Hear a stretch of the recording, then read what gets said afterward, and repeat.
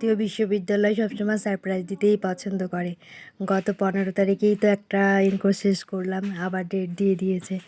তো ইনকোর্স হোক বা ফাইনাল, পরীক্ষার নাম কিন্তু আমি বলি, সবসময় বলি যে তুফান। তো ইচ্ছা না থাকলেও পড়াশোনাটা শুরু করতে হবে। ভীষণ অসুস্থ আমি, ভীষণ শরীরটা একদম ভালো নেই। তো আমার বান্ধবী বলে, তুই কেন ভিডিও করিস না, ছবি তুলিস না? আসলে শরীর ঠিক নেই, মন ভালো নেই, কী করব। তো তারপর ভাবলাম যে আমি দারিদ্রতা সমাজবিজ্ঞানটা দিয়ে শুরু করি। এই যে 11 তারিখে, 11ই সেপ্টেম্বর আমি বই কিনেছিলাম, তো সেই ব্যাপারটা হঠাৎ আমার চোখে পড়লো।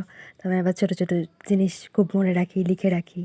তো বই পড়ছিলাম যে চরম দারিদ্র কী, দারিদ্রতা কী, হতদরিদ্র কী, দরিদ্রের সীমা কী, আর এত কিছু পড়া লাগে। আমার নামটা লিখে দিলেই তো হয়ে যায়, আমার থেকে দারিদ্র কেউ আছে? নেই তো। তো পড়াশোনা করছিলাম।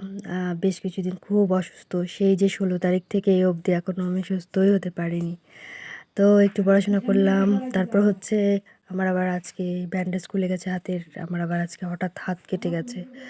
তো সামনের বছরে এই দিনটার কথা স্মরণ করব, হাতটা কেন কেটে গেল, কাজ করতে করতে হাত কেটে গেছে।